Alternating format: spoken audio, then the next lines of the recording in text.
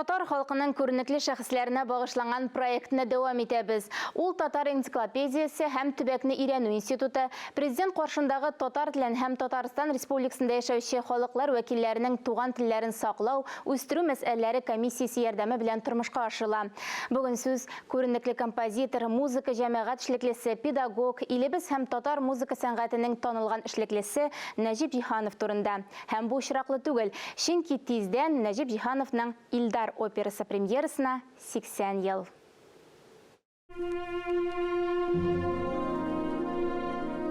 Композитор, җәмәгать эшлеклесе, педагог, илебез һәм татар музыка сәнгатенең танылган вәкиле Нәҗип Гаяз улы Җиһанов 1911 елның 2 гыйнварында хәзерге Казакстан Республикасы Уральск шәһәрендә эшче гаиләсендә туа. 1912 елда әтиләре Гаяз, 1916 елда әниләре Газизә вафат булып, сабыйдан тулы ятим калган Нәҗип һәм абыйсы Җәләл Уральск, Смоленск һәм башка шәһәр приютларында тәрбияләнәләр. 1928 елда Нәҗип музыка училищесына уку нияте белән Казанга килә. 1929-31 елларда Казан музыка училищесі укытучылары Пятницкая һәм Поляковларда шөгыльләнә.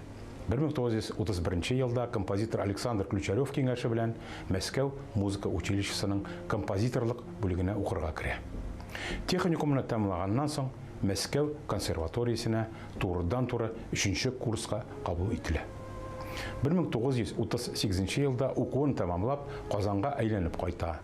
Шушы ук елда ТССР композиторлар берлеге рәисе итеп сайлана һәм 1977 елга кадәр әлеге олы вазифаны башкара.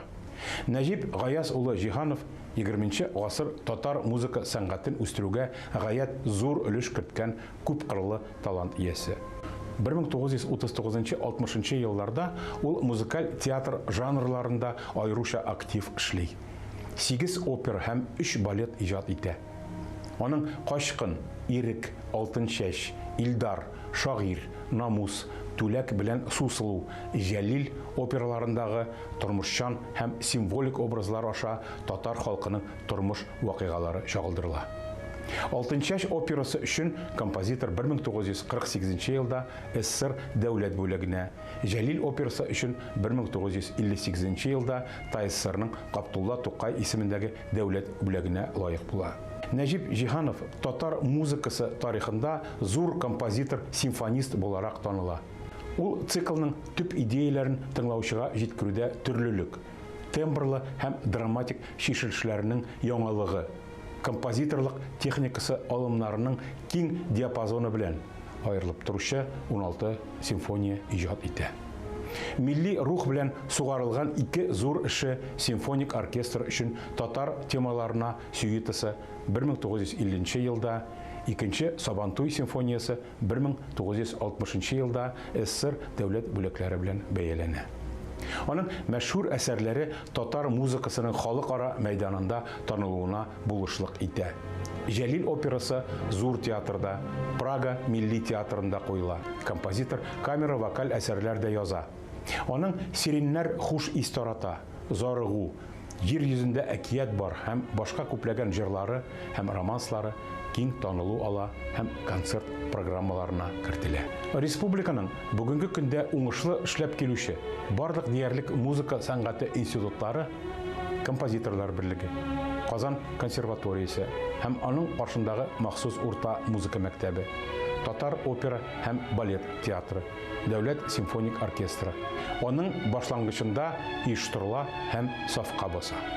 1945 елдан 1988 елга вафатына кадәр Казан консерваториясының беренче һәм алыштыргысыз ректоры. Шул ук вакытта инструментовка классы алып баручы педагог профессор. Татар композиторлык мәктәбен оештыруга, Идел буе һәм Урал алды республикалары музыка сәнгатен үстерүгә иҗади, педагог һәм оештыру эшчәнлеге көчле йогынты ясый. Нәҗип Җиһанов җәмәгать һәм дәүләт эшлеклесе буларак ил һәм республика тарихында тирән из калдыра. Иҗади эшчәнлегенең башыннан ук ТССР, РСФСР, СССР югары советлары депутаты итеп сайлана. РСФСР һәм СССР композиторлар берлегенең идарә әгъзасы, Ленин премиясы, СССР министрлар кабинеты каршындагы әдәбият һәм сәнгать өлкәсендә дәүләт премиясы комитетлары әгъзасы вазифаларын башкара. Музыка өлкәсендәге казанышлары өчен композитор ТССРның һәм РСФСРның атказанган сәнгать эшлеклесе, СССРның халык артисты исемнәренә лаек була. Ленин ордены, Хезмәт кызыл байрагы, почет билгесе орденнары белән бүләкләнә. 1981 елда аңа социалистик хезмәт герое исеме бирелә. Казан консерваториясе кече планеталарның берсе Нәҗип Җиһанов исемен йөртә. Гомеренең соңгы 18 елы узган йортта композиторның музей фатиры, Казанның 93-нче гимназиясендә музей ачыла. Казандагы бер урам аның исеме белән атала.